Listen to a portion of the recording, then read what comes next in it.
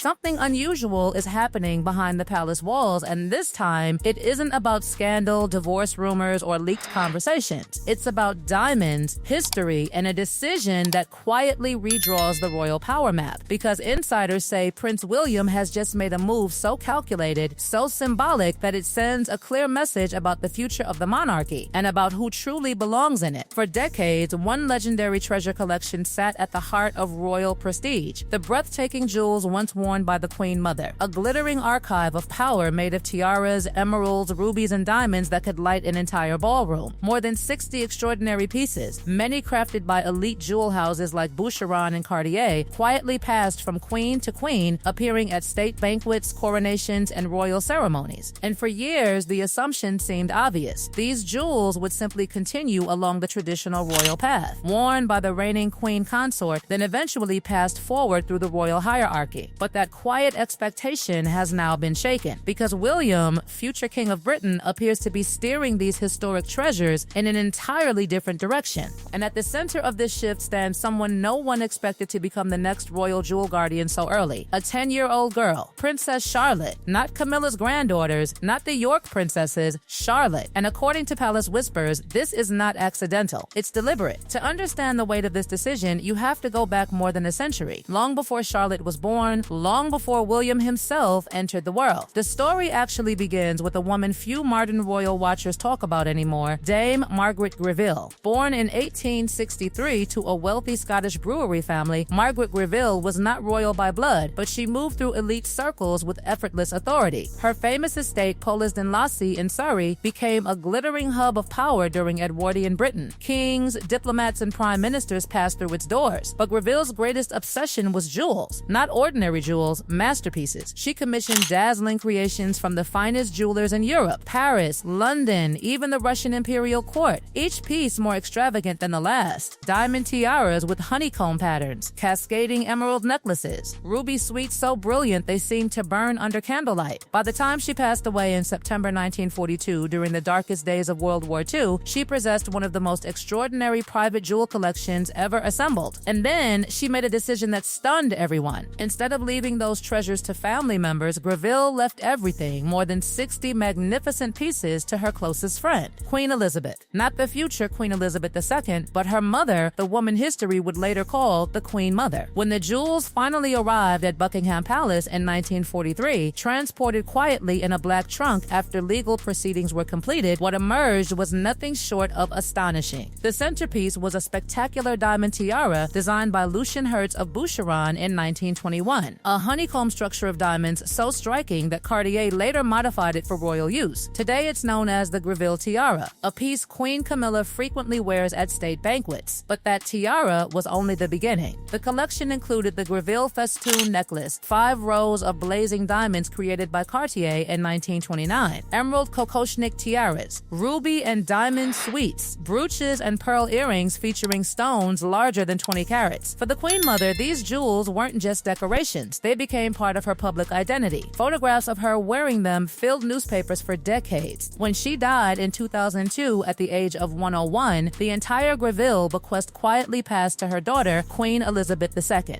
Because royal succession laws allowed it to transfer without inheritance tax, the jewels remained within the crown's possession. For the next 20 years, they continued to sparkle through the monarchy's ceremonial life, and eventually they came under the care of King Charles III and Queen Camilla. Camilla now appears publicly wearing several of these historic pieces, especially the Greville tiara and the famous festoon necklace. On the surface, everything seemed predictable. The jewels were being worn by the current queen consort. Tradition appeared intact. But beneath that surface, the future ownership of these treasures has become one of the most quietly strategic questions inside the palace. Because jewels in the royal family are not simply fashion accessories, they are signals of rank, signals of continuity, signals of power. And now, William appears to be rewriting where those signals will land next. Palace insiders claim that a remarkable arrangement has already been discussed behind closed doors. When Princess Charlotte grows older, she will reportedly have the first choice from the royal jewelry collection, including pieces currently worn by Catherine, Princess of Wales. In royal history, that is almost unheard of. A 10-year-old princess being positioned as the future custodian of the monarchy's most prestigious jewels long before adulthood. The message is subtle but unmistakable. William is not simply letting tradition tradition drift forward. He is directing it, and the direction points firmly toward Diana's bloodline. Because when you look closely at the names being quietly left out of this arrangement, the strategy becomes clearer. Queen Camilla has grandchildren through her children Laura Lopes and Tom Parker Bowles, but those grandchildren hold no royal titles. They are not working royals. They do not stand in the line of succession, which means the jewels Camilla wears today are never truly hers. They belong to the crown, and once the reign of King Charles eventually ends, those jewels must move forward within the royal structure. William seems determined to ensure they move toward Charlotte. In other words, the diamonds once worn by the Queen Mother, then Elizabeth II, and now Camilla will likely pass next to the granddaughter of Princess Diana. And that connection becomes even more powerful when one particular jewel enters the story: the Spencer tiara. Unlike the Greville jewels, this tiara does not belong to the royal collection. It belongs to Diana's family. It was originally created in the 18th century and later remodeled with diamonds passed through generations of the Spencer family. On her wedding day in 1981, Diana famously chose to wear it instead of borrowing a royal tiara. That decision was interpreted as a statement of loyalty to her own family heritage. Today, the tiara sits at Althorp House under the care of Diana's brother, Earl Spencer. But according to royal insiders, William has already reached out privately to discuss its future, because one day he wants it to belong to Charlotte. Not immediately, not tomorrow, but eventually. If that happens, Charlotte will inherit not just jewels, but a symbolic bridge between two powerful legacies: the Queen Mother's royal diamonds and Princess Diana's iconic Spencer tiara.